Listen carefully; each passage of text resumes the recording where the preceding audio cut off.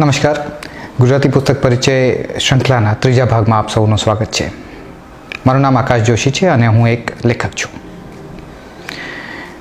ગયા અઠવાડિયે આપણે વાત કરી હતી ગુર્જરપતિ મૂલરાજ દેવ ભાગ 1ની, જે ધૂમકેતુએ લખી છે, 1960-61માં લખી છે.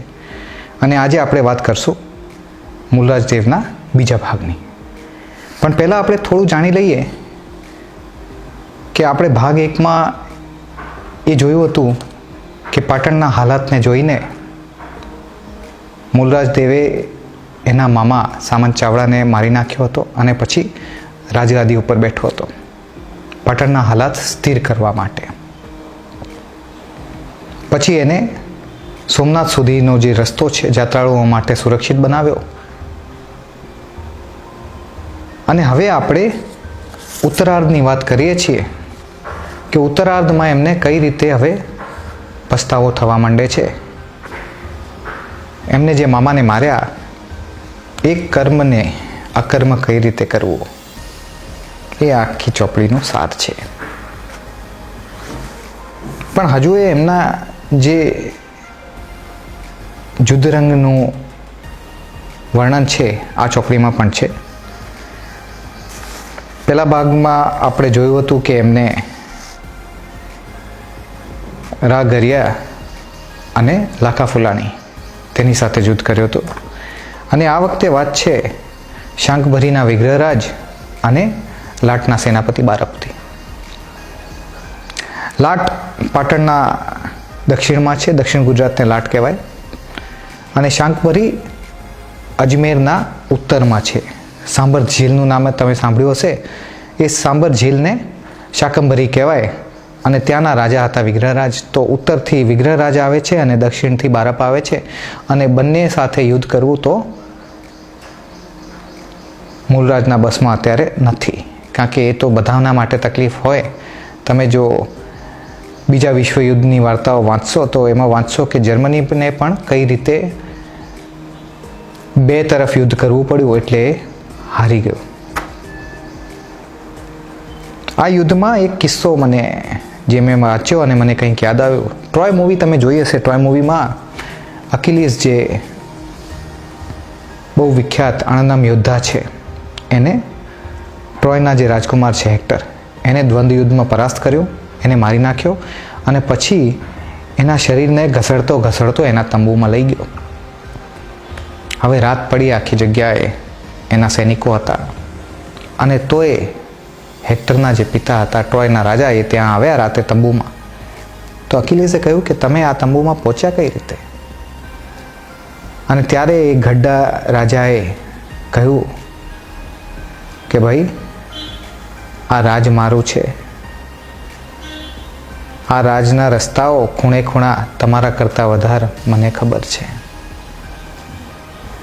અને આવો જ એક કિસ્સો, આવો જ એક પરાક્રમ મૂલરાજ દેવે કર્યું હતું. એ વાંચજો જરૂર, તમને ગમશે. તો આપણે વાત કરી રહ્યા હતા કે કર્મને અકર્મ કઈ રીતે કરવું, અને ત્યાં જ આપણે આગળ વધીએ. જીવનનું કાર્ય પૂરું થયું લાગે કે માણસે પોતાનું એક સ્થળ શોધવું જોઈએ. એ સ્થળ, એની સુંદરતા, એની પવિત્રતા, જીવન સમસ્તનો પરિમલ એમાં રહે છે. એ સ્થળભૂમિ એ જ માણસની ધરિત્રી છે, માતા છે, એની પ્રેમભૂમિ છે, એના જીવનની ટોચ છે. જેઓ આ સ્થળ મેળવતા નથી તેઓ કાંઈ જ મેળવતા નથી. તેઓ જીવનભર જીવ્યા જ નથી કે જીવતા ન હતા. તેઓ તો જીવનભર મરી રહ્યા હતા. ભારત વર્ષે આ એક મહાન જીવન સિદ્ધિ સૌને માટે આપી છે. આપણે વાનપ્રસ્થ આશ્રમની વાત કરી રહ્યા છીએ. જીવન કાર્ય પૂરું થાય એટલે બધું જ છોડી દો. એમ છોડી દેનાર મેળવે છે અને વળગી રહેનારા ગુમાવે છે. મહારાજનું મન યુદ્ધરંગમાંથી નિવૃત્ત થતું હતું. એમણે ચામુંડનું પરાક્રમ જોયું હતું. ચામુંડ એમનો દીકરો, જે પણ પરાક્રમી થયો હતો. એમને આનંદ થયો હતો. પ્રજા પણ એને ચાહતી થઈ ગઈ હતી. મહારાજ એનો રાજ્યાભિષેક હવે કરી લેવા માંગતા હતા. પોતે હવે એક પ્રજાજન બનતા હતા. એમને ચાલુક્યોમાં ચાલતી રહે એવી આ પરંપરા સ્થાપવી હતી કે રાજસન્યાસ થાય એવી પરંપરા. પણ માધવ મંત્રી અને રાણી માધવી બંને એમના રાજત્યાગને સંમતિ નહીં આપવાના. મહારાણી માધવી તો કોઈ રીતે એ વાત થવા ના દે.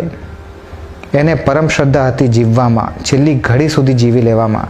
એ મહારાજની આ વાત કાને જ ધરે નહીં. પણ તોય મહારાજે નિર્ણય લીધો. કેમ? કારણ કે રાત્રે સૂતા સૂતા ઉઠી જતા હતા ને, અને જ્યારે ઉઠતા હતા ત્યારે એમને આખા મહેલના પથરાઓમાંથી આક્રંદ આવતું હોય એવું લાગતું, રુદન સંભળાતું. એ તો ત્યારે જ સંભળાય કે કંઈક ખોટા કર્મો કર્યા હોય. મૂલરાજ તો જાણતા હતા, પણ તે છતાં તે કંઠળીનાથ મહારાજ પાસે ગયા. આ આક્રંદ કેવી રીતે હું રોકી શકું તે જાણવા માટે. કંઠળીનાથ મહારાજની વાત આપણે ભાગ 1માં કરી હતી. સબ ખાક હૈ વાલા મહારાજ. એમને શું કહ્યું મૂલરાજને કે વિશ્વમાં દેખાય છે તેના કરતાં નથી દેખાતું એ વધારે બળવાન છે. કર્મરેખા દેખાતી નથી, પણ એ બધાને ભોગવવાની છે. એ ભોગવ્યા વિના જીવન મુક્તિ ના હોય. કર્મને અકર્મ કરવું હોય તો ભોગવવું પડે. પછી કંઠળીનાથે કહ્યું કે મહારાજ, સિદ્ધપુરમાં રુદ્રમાળનું નિર્માણ કરો, ભગવાનનું ભવ્ય મંદિર બનાવો અને ત્યાં તમને શાંતિ મળશે. ત્યારે કદાચ આ આક્રંદ તમારું બંધ થશે. તો મહારાજ એ નિર્ણય કર્યું કે હવે મારે આ રુદ્રમાળની સ્થાપના કરવી છે. વચ્ચે વચ્ચે એમને સમાચાર મળ્યા કે મુંજરાજને તેલપે મારી નાખ્યા. આપણે મુંશીજીના હસ્તે જે લખ્યું હતું મુંજના વિશે પૃથ્વી વલ્લભમાં વાંચ્યું હતું. આજે ધૂમકેતુના હસ્તે જે લખ્યું છે તે વાંચીએ. બંધનમાં હતા, પણ એ મુંજ મહારાજ હતા. 14 સહસ્ત્ર ગજરાજોના સ્વામી હતા. તેઓ રાજા હતા, કવિ હતા, વિદ્વાન હતા. તેઓ કલ્પનાના સ્વામી હતા. એમણે આખી દુનિયામાં જ્યાં જ્યાં સૌંદર્ય જોયું ત્યાં ત્યાં અપ્રતિમ વિશ્વાસથી એમણે સત્યની અને પ્રેમની પણ ઝાંખી કરી. એમને મન સત્ય સૌંદર્યથી જુદું ન હતું. તેલપની ભગીની મૃણાલવતીમાં એમણે સૌંદર્યની પ્રેમ કવિતા જોઈ અને એ મૃણાલે એમને ફસાવી દીધા. એમની બંધન મુક્તિની ઘડીઓ ગણાતી હતી. માલવાના મહા હોશિયાર મંત્રીઓએ ભૂગર્ભ માર્ગ તૈયાર કર્યો હતો. મૃણાલવતીના સૌંદર્ય પ્રેમ ઉપર મહારાજ મુંજે વિશ્વાસ મૂક્યો, પણ મૃણાલવતી તો રાજદ્વારી જીવનનો એક તુચ્છ જીવ હતી. એણે આ વાત તેલપને પ્રગટ કરી દીધી. બંધન મુક્તિ તો એક તરફ રહી ગઈ. મુંજ મહારાજનો હાથીના પગ નીચે તેલપે ઘાત કરાવ્યો. પણ એમણે એટલા ગૌરવભેર હસ્તે મોએ પોતાનું મૃત્યુ ઝીલી લીધું કે આજે એ વાતનું સ્મરણ કરતા નથી તેલપના દિલમાં શાંતિ, નથી તેલંગણની પ્રજામાં શાંતિ, નથી મૃણાલવતીના હૃદયમાં શાંતિ, કે નથી માલવ પ્રજામાં શાંતિ.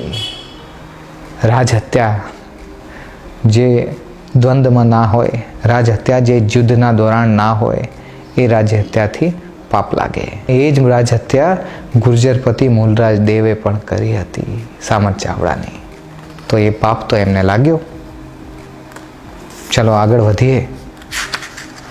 મંદિર નિર્માણની વાત થઈ, એનું નિર્ણય થયું. હવે શિલ્પીની શોધ ચાલુ થઈ. ગંગાધર શિલ્પી હતા, પણ આપણે એના પહેલાં એ જોઈએ કે હવે રાજાના મનમાં શું ચાલતું હતું. એમને હવે ચાલુક્ય પરંપરાના શ્રી ગણેશ માંડી દેવા હતા. એક વાત હતી, પણ દિન પ્રતિદિન એમનું મન હવે જાણે હજારો રુદનને સાંભળી રહ્યું હતું. રોમ રોમ અગ્નિ પ્રગટાવનાર વાત તો એ હતી, એ પોતે એક જ જાણતા હતા. એ રુદન એમને જ સંભળાતું.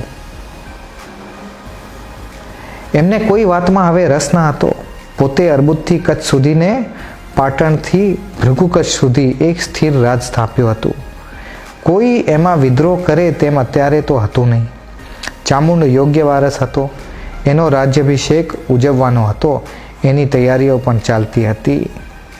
પણ પોતે બાંધવા ધારેલા રુદ્રમાળના મહામંદિરની લગ્ની એમને વધારે લાગી ગઈ હતી.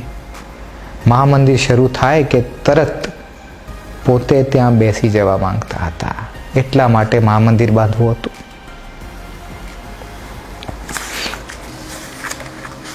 પછી એ શિલ્પી ગંગાધરને મળ્યા અને ગંગાધર શિલ્પીએ બહુ જ સરસ પ્રશ્ન કર્યો કે મહારાજના અંતરના કોઈ ખૂણામાં આ એક ખ્યાલ બેઠો છે ખરો? એમને એમ લાગે છે કે આ મારો કીર્તિધ્વજ હું ઊભો કરી રહ્યો છું. મંદિર મહારાજનો કીર્તિધ્વજ એટલે લોકો મને આનાથી ઓળખે કે મેં રુદ્રમાળનું નિર્માણ કરાવ્યું. તો શિલ્પીએ પ્રશ્ન કર્યો કે તમારા મગજમાં આવું તો નથી ને? તો મહારાજે કહ્યું કીર્તિધ્વજ? શિલ્પનાથ, હું તો અહીં મેં જે કાર્ય કર્યા, મારે જે કાર્ય કરવા પડ્યા, કર્તવ્ય જાણીને કર્યા વિના છૂટકો જ ન હતો. એ તમામ કર્તવ્યને વળગેલી અગનરેખા ત્યાં ખંખેરી નાખવા માટે બેસવાનો છું. મારે તો હવે જીવન ઘડવાનું છે. આ મંદિર મારો કીર્તિધ્વજ બનશે એવો લેશ પણ ખ્યાલ દેવ આ દિલમાં ક્યાંય નથી. અને છતાં જરા પણ હશે તો એ ખંખેરી નાખ્યો સમજો. ભગવાન કંઠળીનાથે પણ એ જ કહ્યું હતું, હું આ મંદિર કરવા માગું છું મારી જાતને ત્યાં અર્પવા માટે. એવી કોઈ મહાન પરંપરા ચાલુક્યને ભવિષ્યમાં પણ દોરે તે માટે. મારી રાજાના નામની તો એવી રાખ હું ત્યાં કરી દઈશ કે રાખ પણ હવામાં ઉડી જશે. કેટલું સરસ વર્ણન છે કે તમે કંઈક સારું કામ કરો તો એની ફલ પ્રાપ્તિ માટે ના કરો. આ તો આપણી ગીતાનો સાર છે. કર્મ કર, ફલ કી ચિંતા છોડ દે. ચાલો, તો ગંગાધર શિલ્પી માની ગયા. એમને મંદિર નિર્માણ કરવા માંડ્યું અને ઉત્તર પથમાંથી 1,000 વિદ્વાન બ્રાહ્મણો રાજાએ બોલાવ્યા. આગળ વધીએ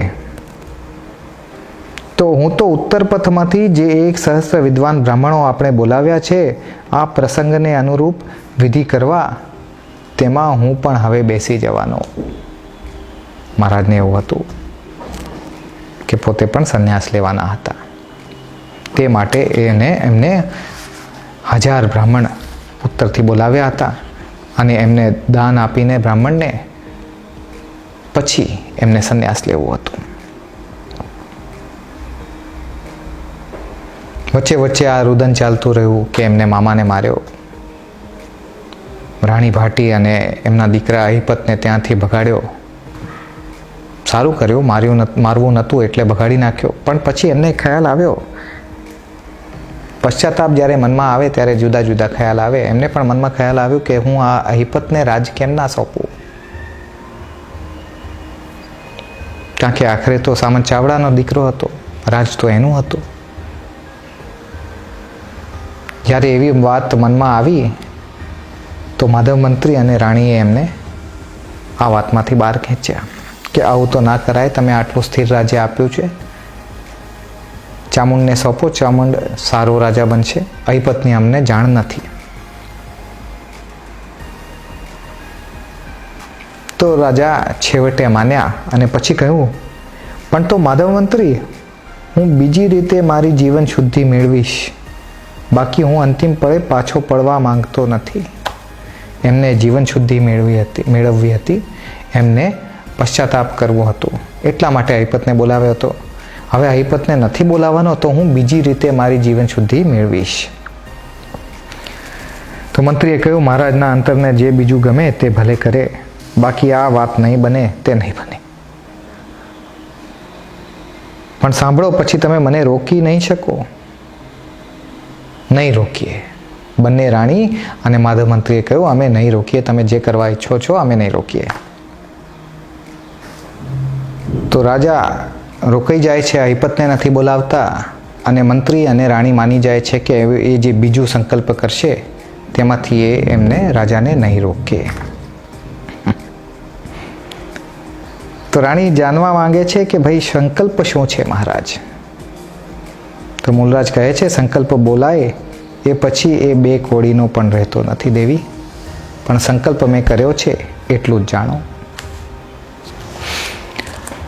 જેમ જેમ રુદ્રમાલ તૈયાર થવા લાગ્યું, રાણીને એવું થવા માંડ્યું કે હવે આ રાજા સંન્યાસી થઈ જશે. અને એમને પાટણની પણ ચિંતા હતી, એમના મહારાજની પણ ચિંતા હતી. જે રીતે બને એ રીતે એમને રાજાને રોકવા હતા. જેટલા લાંબે સુધી રોકી શકાય તેટલા સુધી રોકવા હતા. પછી એમને એક વાત વિચારી કે આ જે 1000 બ્રાહ્મણો બોલાવ્યા છે એમને દાન કરવા માટે રાજા દાન કરે છે. જો એ દાન પૂરું ના થાય તો રાજાને વધારે વાર રોકાવવું પડશે. મહારાજને પોતાની દાન મર્યાદા એકદમ પૂરી કરવી છે. એ એમની પ્રતિજ્ઞા છે. તેઓ પ્રતિજ્ઞા ભંગ નહીં કરે. એ દાન મર્યાદા પૂરી થાય તો તેઓ આવતીકાલે ચાલી નીકળે. અને જો એ દાન મર્યાદા પૂરી ના થાય તો રાણીબાએ ખુશ અને મહારાજ થોડું વધારે વાર રહી શકે અને રાજ્ય વધારે સ્થિર થાય. એમાં તો પછી વાત આવી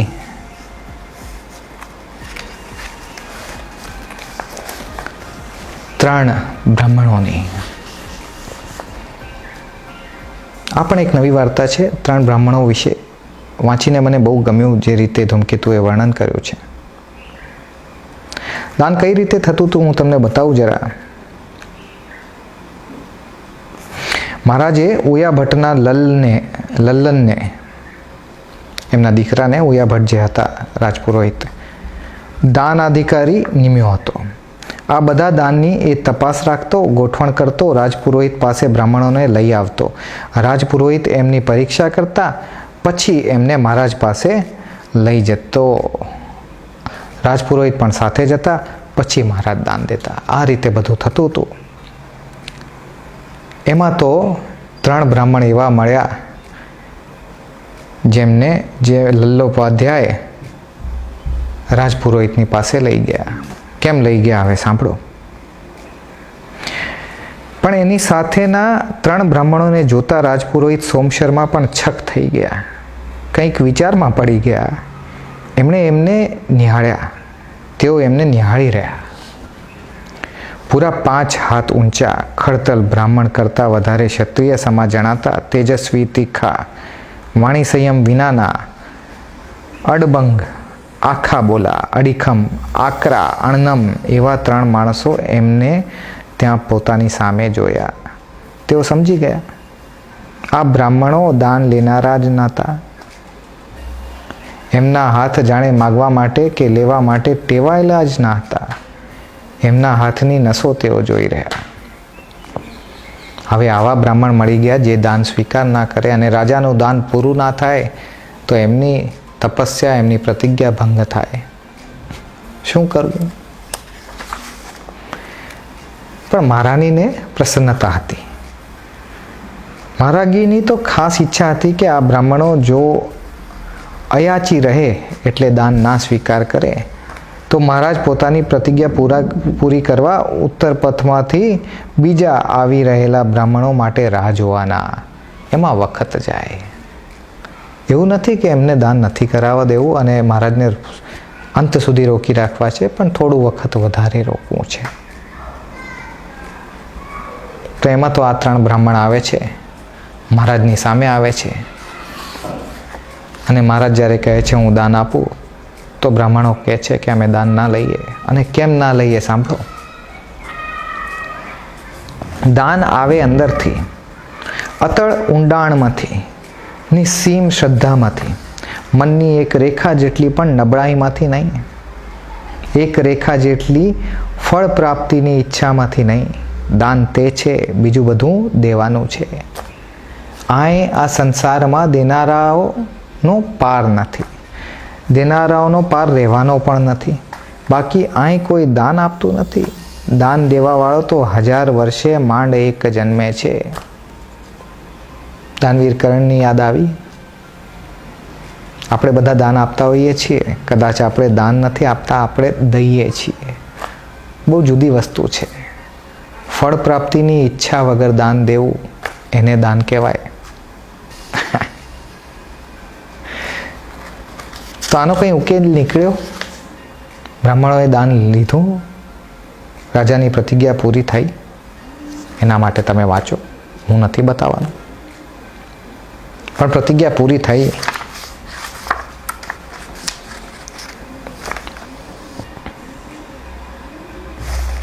અને નિર્માણ પણ પૂરું થયું. અને આપણે અંત સુધી પહોંચીએ છીએ. હવે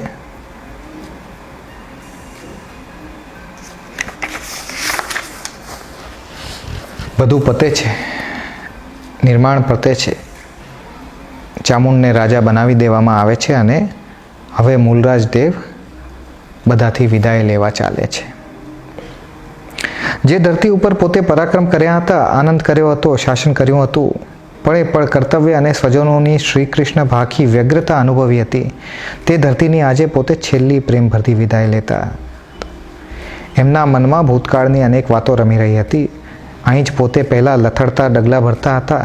અહીં જ મામી એમને આકાશમાં ઉછાળીને ઝીલી રહી હતી. અહીં જ મામા સામંત ચાપોટકત એમને આંગળીએ વળગાડીને પ્રેમ વાતો કરતા ફરતા હતા. મામાને હજુ યાદ ચાલે છે. એ મામાના ખંડમાં જાય છે અને એમણે રાજગાદીના ચરણે ધરતી ઉપર માથું મૂકીને પ્રણામ કર્યા. એમના દિલમાં છાનું રુદન ચાલી રહ્યું હતું. તેઓ ઊભા થયા, ધરતીને બે હાથ જોડીને પ્રણામ કર્યા અને પછી મામાને પ્રત્યક્ષ જોતા હોય તેમ રાજગાદીને નમીને પાછા વળ્યા. એમનું કામ પૂરું થયું. અહિપતને બોલાવવા રોક્યા હતા તો એમને બીજું નિશ્ચય કર્યું હતું. બીજે નિશ્ચય શું હતું? બીજું નિશ્ચય એમને પોતાને દેહાંત દંડ આપવાનો હતો. અને એ પણ જેવી તેવી રીતે નહીં, અગ્નિમાં જઈને, જીવતા મરીને. આવું તો મેં કોઈ રાજા વિશે ક્યારે સાંભળ્યું નથી. ગદગદ કરી દે એવો અનુભવ છે આ, જ્યારે મેં છેલ્લા પાનાઓ વાંચ્યા. અને છેલ્લે રાજા અને રાણી બંને જ દેહ ત્યાગ કરે છે અગ્નિમાં જઈને. વાર્તા પૂરી થાય છે.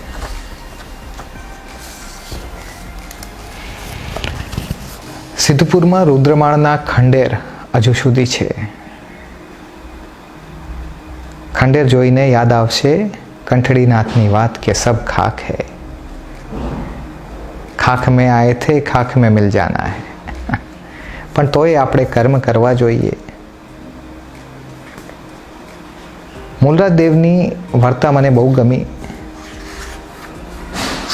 ઐતિહાસિક વાર્તા છે.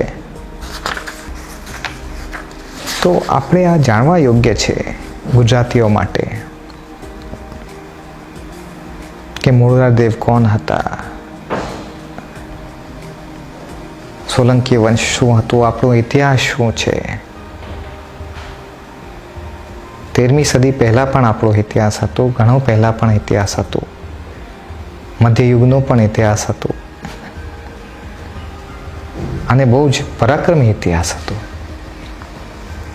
પ્રવેશમાં ધૂમકેતુએ લખ્યું છે કે આદિપુરુષમાં જોઈએ એવું નિશ્ચયાત્મક તત્કાલ નિર્ણય લઈ શકનારું ને વિપત્તિઓનો સામનો કરવાનું દ્રઢ મનોબળ મૂલરાજમાં હતું. એનું એ જીવનબળ એના ઇતિહાસમાંથી જ મળી આવે છે. એના જીવનમાં બે તદ્દન જુદા જુદા રંગો જોવા મળે છે, એનું પૂર્વજીવન અને એનું ઉત્તર જીવન. એમની વચ્ચે ઠીક સમય ગયો છે. પૂર્વ જીવનમાં એને ચાલુક્ય રાજ્યનો પાયો નાખ્યો, ઉત્તર જીવનમાં એની મહાન ઇમારત ખડી કરી. પૂર્વ જીવનમાં એને અનિવાર્ય રીતે ક્રૂર કહી શકાય એવા પગલાં લેવા પડ્યા. ઉત્તર જીવનમાં એના અંતરંગની સૌરભ જોવા મળી. સમગ્ર ભારત વર્ષમાં પણ જેની શિલ્પ સમૃદ્ધિ અદ્વિતીય ગણી શકાય એવું રુદ્રમાળનું ભવ્ય મંદિર એને ઊભું કર્યું. પોતાના જીવનને અને જીવન કાર્યને આદિથી અંત સુધી એણે નિહાળ્યું અને કેવળ ભારત વર્ષનો મહાન નૃપતિ જ કરી શકે એવો રાજ ત્યાગ એને કરી બતાવ્યો. એ રાજ સંન્યાસી આ મહાન મંદિરને આંગણે બેસી ગયો. કદાચ પોતાની જાતને એને ઉગ્રમાં ઉગ્ર દંડ આપ્યો, અગ્નિને શરણે જીવતા દેહ સમર્પીને. ગુજરાતના ઇતિહાસે જે મહાન પુરુષો જોયા છે એમાં પણ મૂલરાજનું સ્થાન અગ્રહરોળમાં છે. એનું સ્થાન અદ્વિતીય કહી શકાય તેવું છે. આટલા વર્ષે હું આ પહેલી વાર વાંચી રહ્યો છું અને મને બહુ જ ગમી રહ્યું છે કે આ ચોપડીઓ, આ લેખક કેવા પ્રબળ લેખક હતા. તો આજના માટે આટલું જ. જય શ્રી કૃષ્ણ.